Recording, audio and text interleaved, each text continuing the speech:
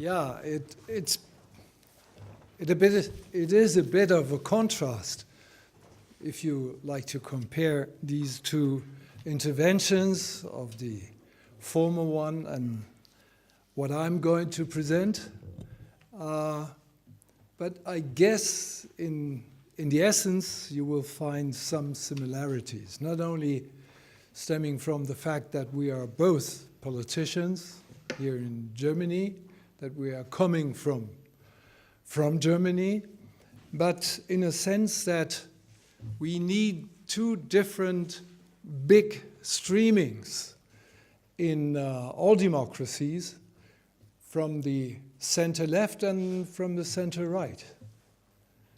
And if they are interacting to each other, then they are ready to find good solutions. And if you are looking through the political map all over the world, I would say, especially but here in the European Union, and not to forget, if you take a look into the United States of America, then you will find a different picture.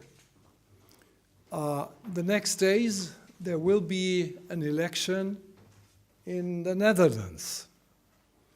And I predict, that's not my hope, I predict that someone is running to the forefront and his movement is a real danger.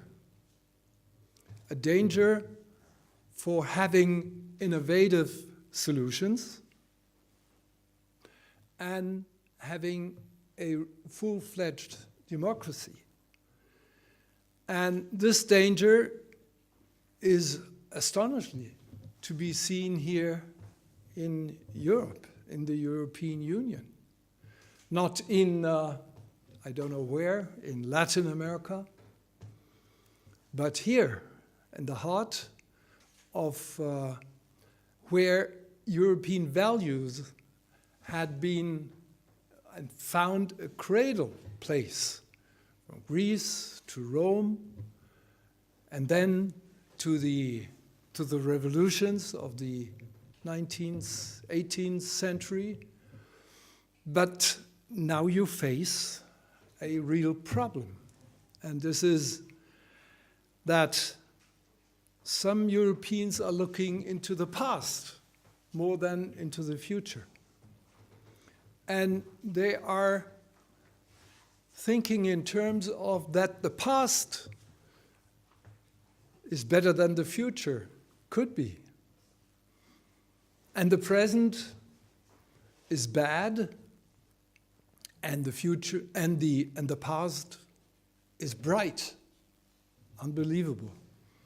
But you could saw it in the Brexit decision of Great Britain. Turns out that Great Britain will be Little Britain. That will be the outcome of this. And the populists are on the rise. Are we facing doom and gloom? Are the dark ages just around the corner? The end of history, as Francis Fukuyama put it, closed a chapter only, not the stream of ongoing continuities and disruptions. What we can see is that the core values of the Western civilizations is in stormy weather. The uncertainties built into the fabrics of the transatlantic modernity are coming to the surface again. This is not new. We do have some historical experiences with this. And we do have tools to act on to prevent existential failures from gaining ground. What is at stake and what can be done? A century ago, imagine, mankind witnessed that the European political actors were not able to develop adequate concepts to manage the consequences of the processes of the industry-driven globalized imbalances between the then, at that time, established nation-states. Once the spiral of violence has been set in motion 100 years ago, or more than that, beginning of the first great, terrible war, the First World War. Once the spiral of violence has been set in motion, military-driven at that time, then an all-out war in an unheard cruelty in the form of industrialized slaughter began. Monarchy in Germany at that time, monarchy free from political capabilities and its psyche full of self-deception, dumped the political future of Germany into the dark. The emerging democracy at that time, democracy has been too weak to fight against populists and Hitler. He has been the winner. He conquered from the inside, from within, democracy, destroyed the framework of the Weimar institutions, and the Nazis erected their dictatorship. Holocaust, genocide, the Second World War, is since then marked into the name of Germany. Since then, and for the time being, until the end of all times. 60 years later, from now, if you go back into the 60s, in 67, 60 years later, Rome. And the last cornerstone of the new European era has been put in place at that time in 67 in Rome, the Rome Treaty, the founding treaty for the then later European Union. And 10 years before this, no, 20 years before this, the wonderful speech of Churchill laid out the idea that the United States of Europe should be the goal, the aim of all Europeans, besides Great Britain. That was his intention, not to forget. Poets and philosophers, writers and artists were the first to imagine a different future. Long ago, decades before the emergence of the European Union took place. Poets and philosophers, writers and artists were the ones to imagine a different future. So this is the first point. Imagination is the first initial idea to deliver different solutions, to create the cradle and the basis for innovation. And this is not only to do with political solutions or political concepts, but if you would like to read again what Joseph Schumpeter has written, then you will find that this idea, the deconstruction of the then given system, is the first step into a revolution and in a new creative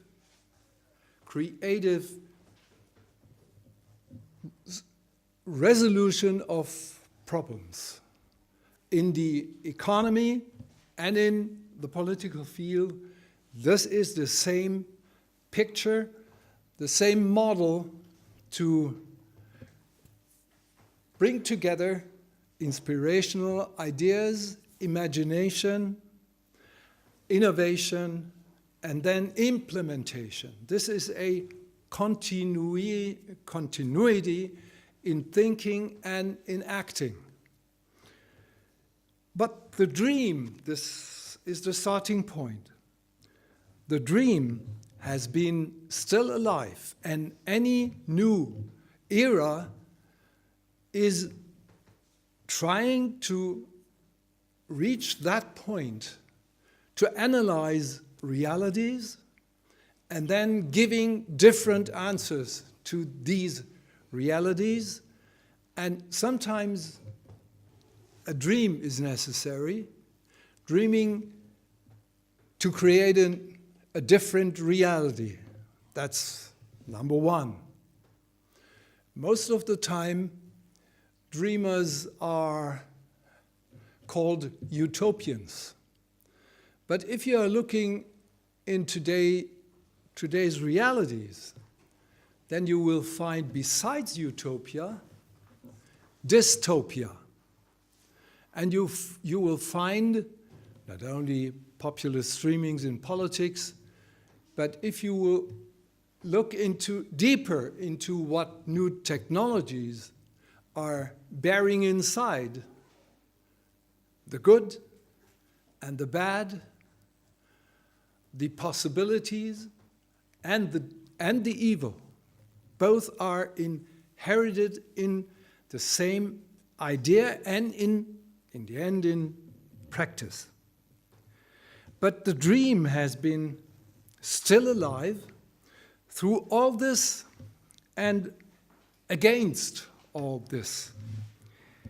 And herein lies the hope that humanity is our common aim and will be, that we should live as good neighbors to our next neighbor in recognizing each other in full respect.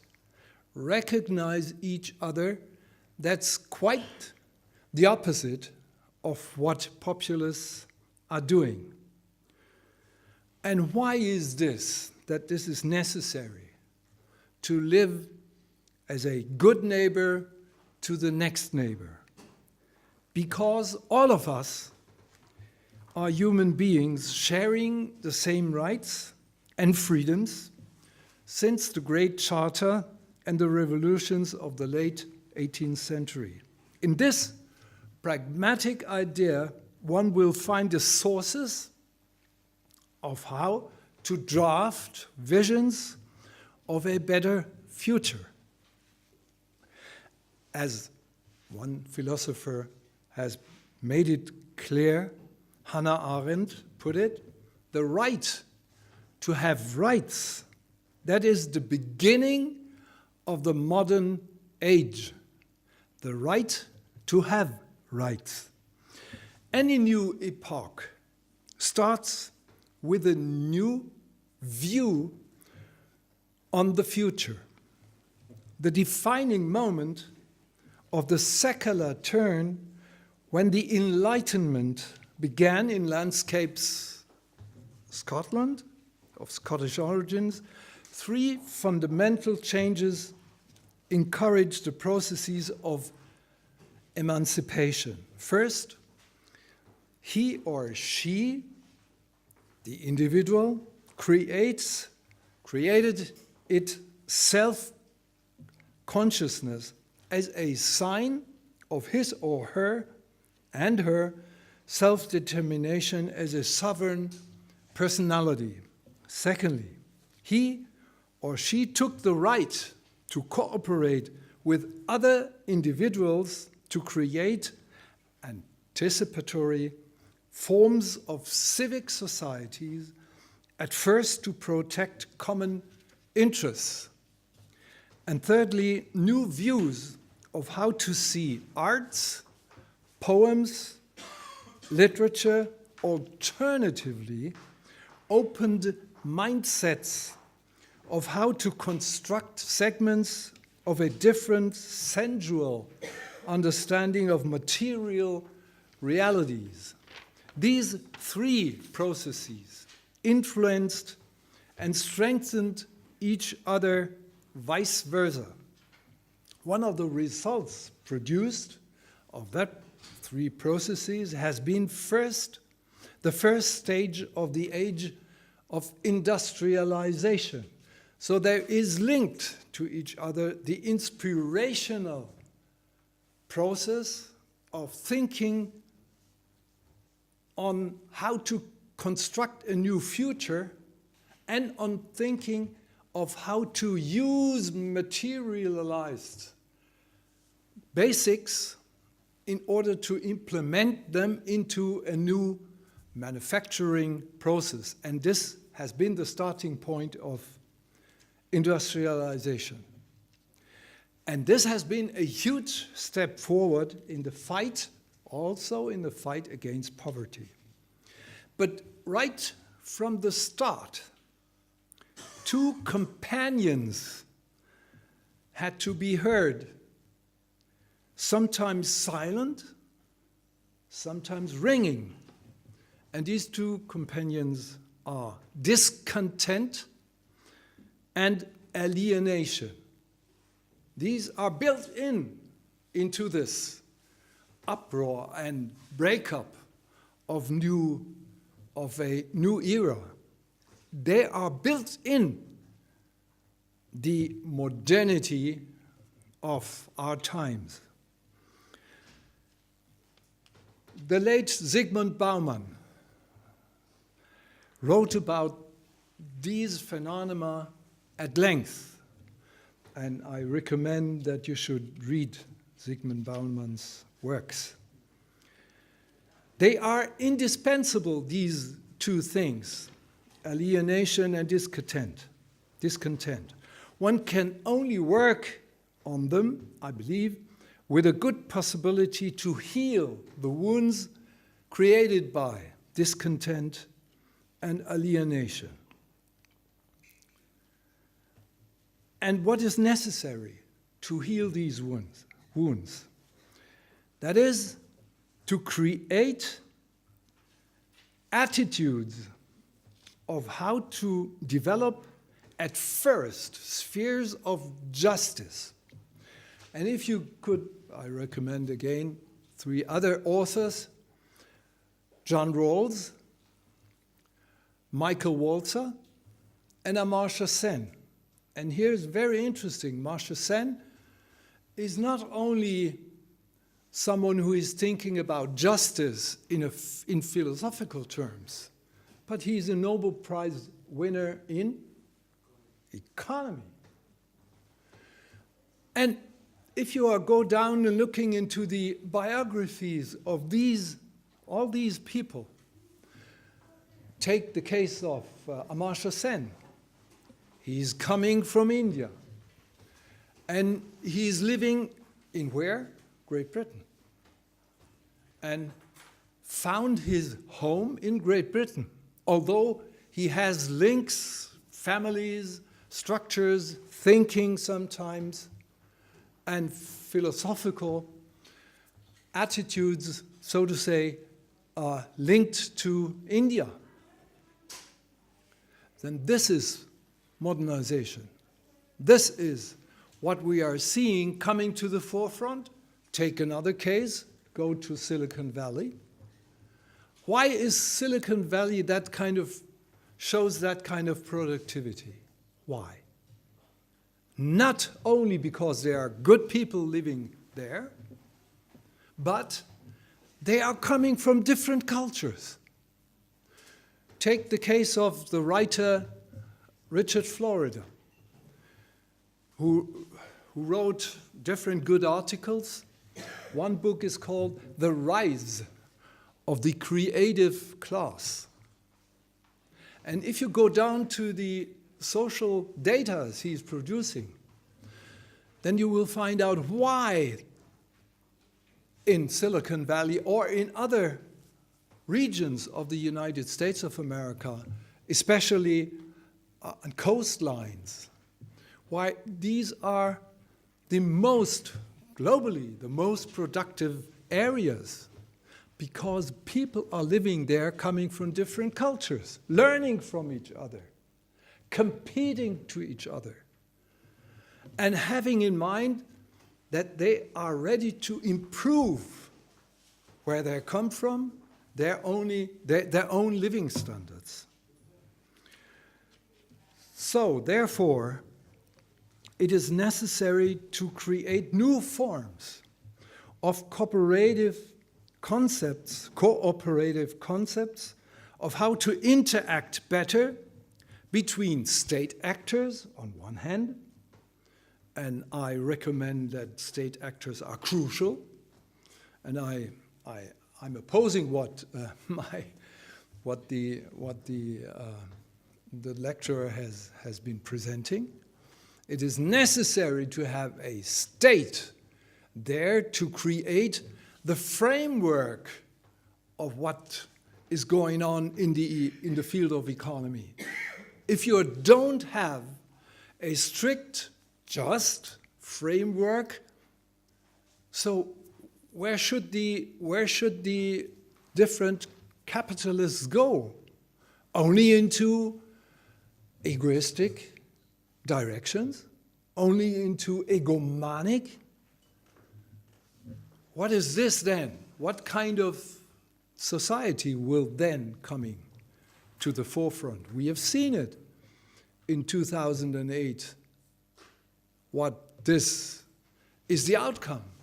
So there is a framework, a responsible one, a reflective and reflexive one, not a kind of autocratic machine, but you need the state as someone who is acting in, because he had the mandate of the electorate, is acting, creating frameworks, and if necessary, new frameworks, different from the older ones.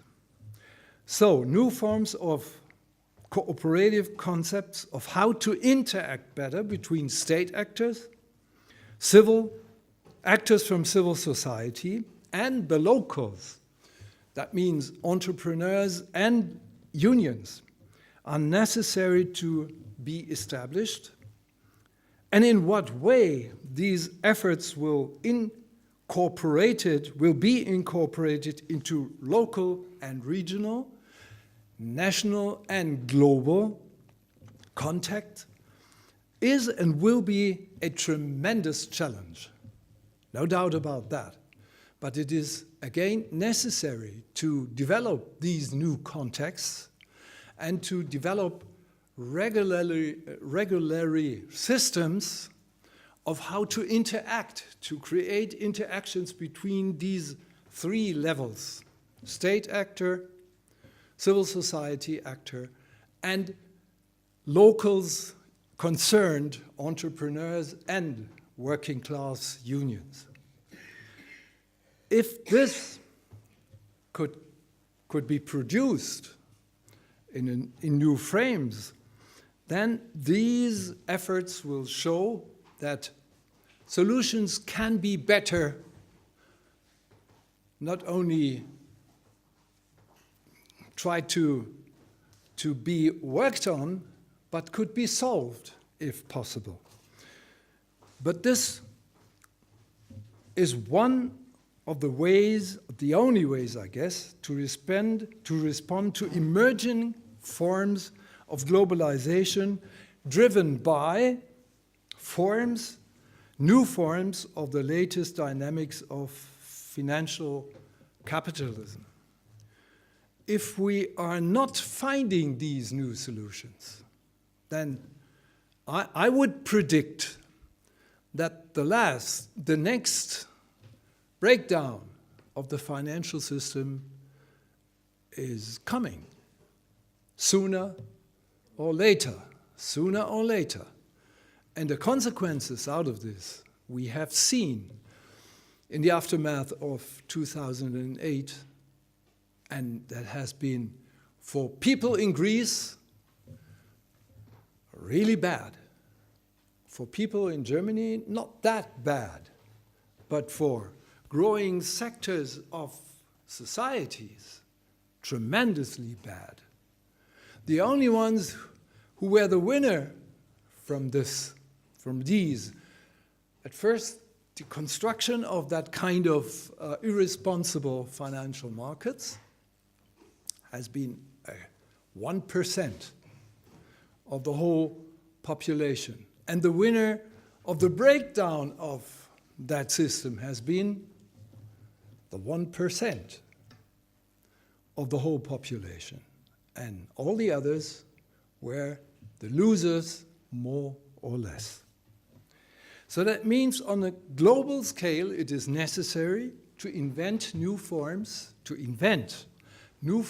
of regularly systems, and that will, I guess, will come to the next process. That means that we do have a chance to have a new recovery on a global scale if we are ready to perform. Therefore, we should start a debate on how to achieve this new stage. And this could be the starting point. How valid are our cultural concepts in meeting these challenges in full responsibilities of what different futures are expecting from our today's work? Are we ready, in practical terms, to change our present day realities? Are we ready? And do we have the strength and the power to bring developments to an halt if we see where and when members of the political elite is running and into the wrong direction and then ruining the values which are necessary to be kept up?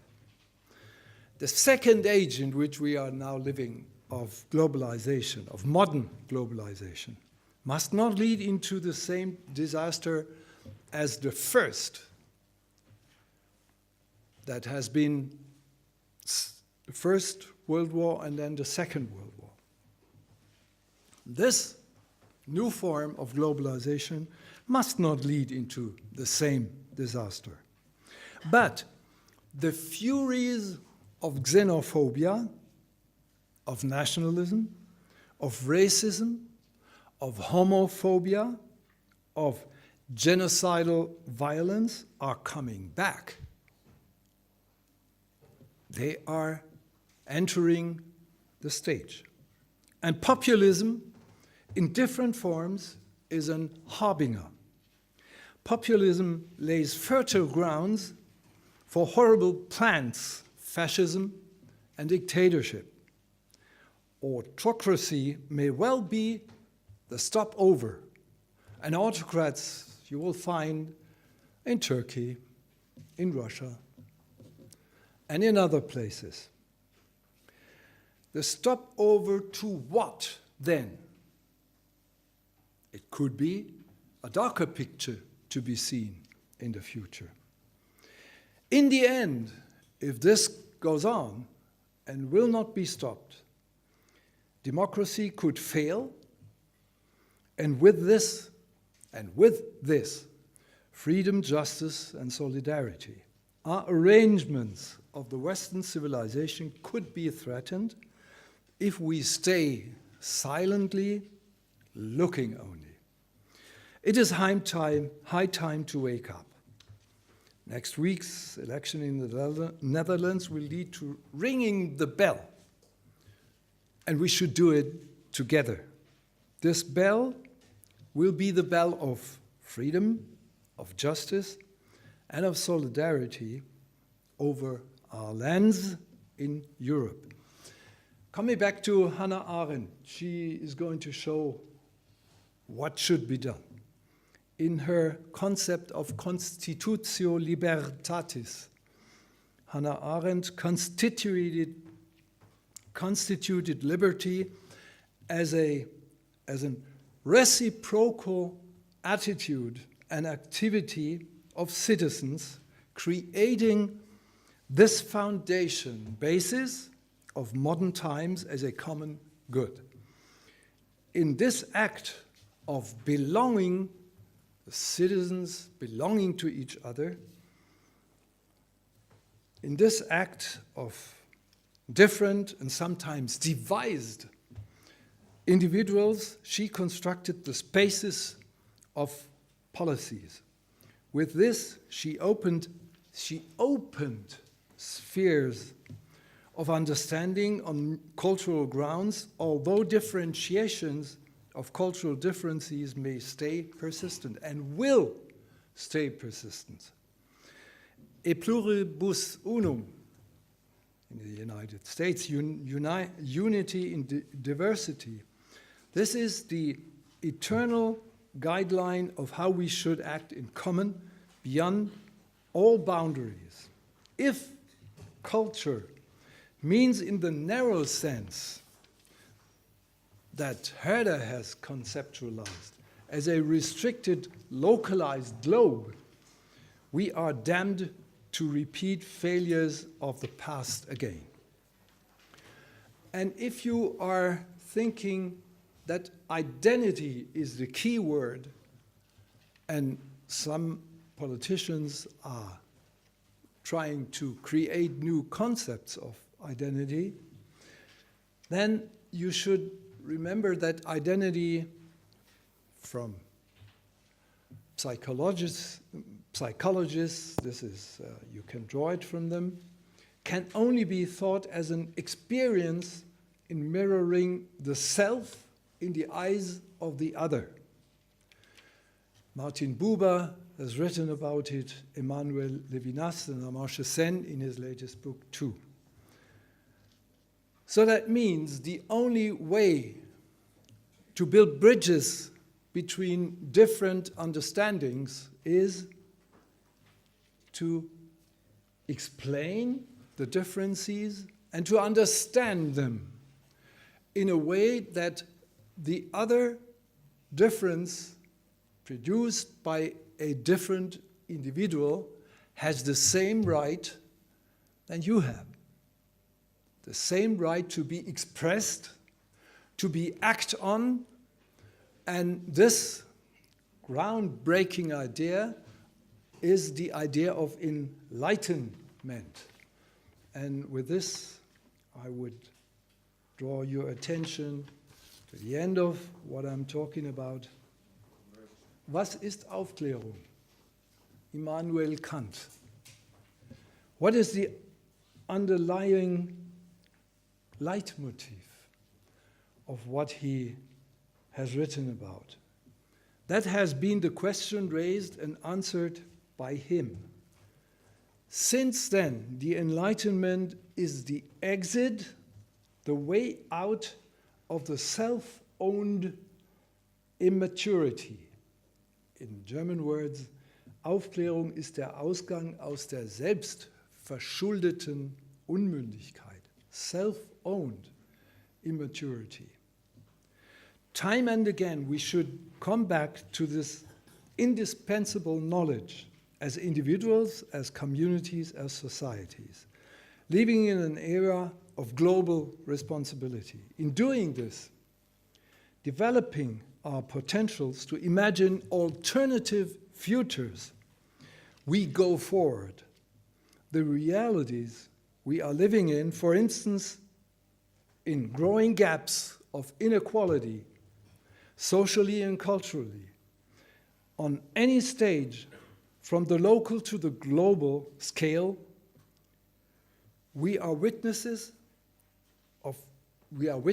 dramas exploding before our eyes. In this, we show in our attitudes, in our behavior, in our political concepts, only our underperformances. The future is in our hands and will be in our individual hands. Innovation starts with a different look at what could be reached. if we mobilize our mental abilities and let them grow, exchanging the individual capabilities with other individuals from the common ground. Striving for these norms to become realities is a reflection of what Daniel Bell thought when he wrote, "The heart of democracy is trust." Keeping in mind the lyrics of, and this is then the end, of John Lennon, "Imagine," you remember? You may say I'm a dreamer, but I'm not the only one. I hope someday you will join us and the world will be as one. Ulrich Beck, sociologist, who lived in his last phase 10 years at the London School of Economics, and originally coming from Munich, Germany, ended his latest book, I recommend this, "The Metamorphosis of the World," is the title, in his notion that the promise of equality applies to anyone. This is an aspiration that mankind is waiting for a long time, and we are called to do something about it, to make the world a better place. And if I may say so, yes, we can.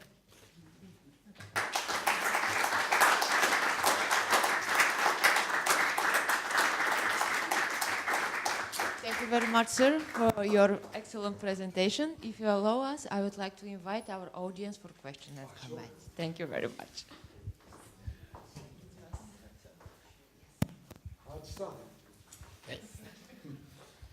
I would like to congratulate you on the speech. It was impressive. I often think that there are certain terms that are used oftenly that for different people they mean different things. And focusing on Europe today and discussing with politicians, they were center-left. Maybe it means differently to German politician, differently to a Spanish politician. Maybe a Greek politician will interpret it differently. And at the time when Europe needs to come closer, and at the time when these political movements unite as groups in the European Parliament, it was my thought whether we try to define what is a central left, what is central right, and have a pan-European conception of this terminology, because I believe that using these terms in vain it can create confusion. And concluding, I would like to stress my full agreement in everything in your speech. Only a short comment. I do think that left and right, not only because of historical reasons, is a type of being someone, I'm now speaking left, for emancipation individually and and society. And the right is conservative in trying to keep the norms and the legacy of the old generations. But if you are someone who is really thinking in terms of democracy, both are needed. Both streams are the fundamental, necessary base in order to act and to try to bring about solutions.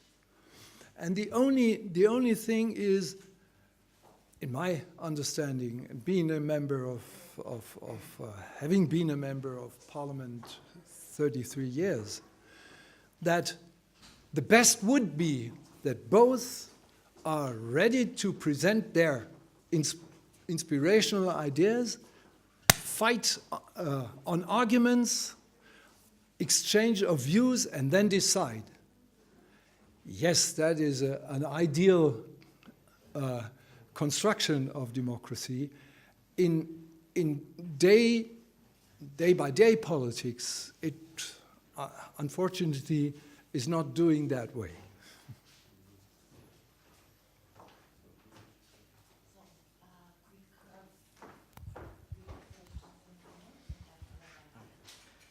Thank you for that sophisticated and inspiring discussion. So you mentioned 2008 crisis, the Great Recession, and you also talked about growing inequality and also potential future, dangers. So I'm actually curious about how would you balance between extreme liberalism and extreme protectionism, like considering the recent Brexit and the rise of Trump administration in the USA? How would you find a balance between the two? If you go to extremes, then you will always find, in the end, a trap. That means kind of extremist liberalism is only setting free egomanic practices. And on the other hand, to have to follow the idea of a full protectionist politics, then you will isolate your own country, and this will bring that country in which this is coming to the forefront into an economic disaster. So both are wrong, but you can learn from both of them, not only the failures, but the intentions.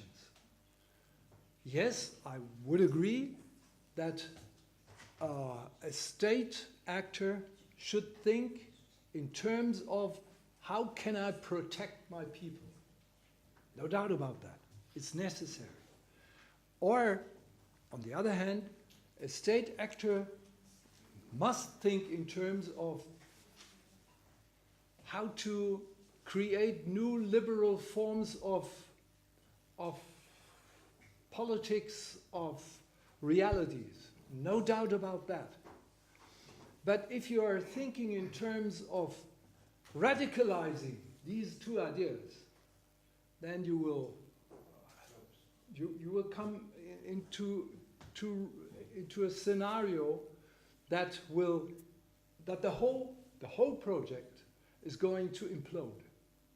So sometimes pick up some of the ideas and put them into a valid formula, and then try to bring about solutions, not in an autocratic way, but in a kind of a debate-oriented discussion and political process. Then you will find good solutions.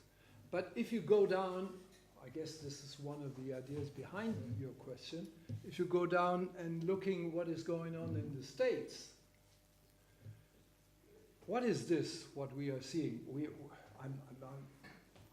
I have been several times in the States, and I'm not a real judge to make a real evaluation of what's going on. So I'm an observer, and in some ways I should find out, where does this lead to? It leads into the ruin of this man who is trying to radicalize politics. And the end of this will be, that's my personal prediction, that this president is one of the most bad presidents that the United States ever has had. That's my prediction, unfortunately. One final question here. Thank you very much for your presentation. And actually, my question is following on from what you just said. There is a school of thought that suggests that maybe this is what we need. All the protectionism, all the isolationism that we're seeing, Brexit, Trump, Gert Weisskirchen, Le Pen, that maybe this is actually what the system needs, a sort of implosion that helps us to understand the kind of freedoms that we have, redefine our values, and then start to form more of a coherent picture. Because as the gentleman said before, nobody really knows what it means to be left or right, and yet there's a lot of contestation about that. I'm on the left, I'm on the right. Trump is because of a failure of the left, blah, blah, blah. So maybe if the system implodes, maybe if they all get into power and we see rampant racism in the street, then we'll be able to understand what it is to live in a free society, and it will actually be a positive thing for us. What do you think about that? Well, the only advice I could give and kind of recommendation is be all the time ready to act in a non-violent way. I should add to this. But explain what you are thinking of. Express what are your feelings, and use all the democratic institutions and rights that are applied to you. You should be the one to raise your voice if you are seeing that there is something going into a wrong direction. This is your right as a citizen, and you should use this right, and if possible, not only alone, but together with others, then you are stronger there. Thank you very much, sir, for this great conclusion. Please help me in our sincere gratitude for Professor Dr. Gert Weisskirchen. Thank you very much.